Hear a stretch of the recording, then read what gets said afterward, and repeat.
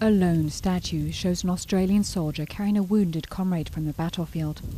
Cobber's statue in northern France marks the site of the worst 24 hours in Australia's history, the Battle of Fromelles during World War I. The remains of some of the soldiers who fell have recently been discovered in a nearby mass grave. There was a railway line which came from the front to Pheasant Wood, and the graves were dug here in advance of the battle in July 1916. And the soldiers that died were buried here by the Germans. The Battle of Fromelles was the first time Australian soldiers engaged with Germans on the Western Front. The operation was a disaster.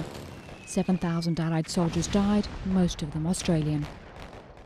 It's the first time a grave of this size has been discovered in more than 80 years, and a special team is hard at work exhuming the remains of an estimated 300 bodies.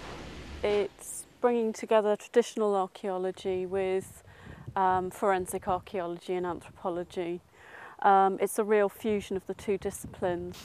Alongside the skeletons were pouches with crosses and locks of hair, items of hope and faith to carry soldiers through one of the darkest moments in history.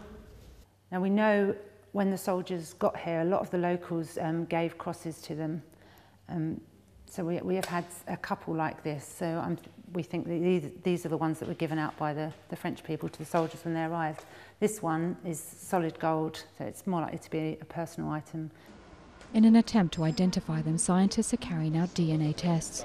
Most of the men were probably too young to have children, so matching them with distant relatives will be hard, but the task is still worthwhile for some.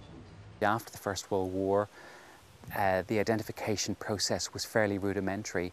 I think today we would be showing them a disservice if we didn't use the technology that we have available.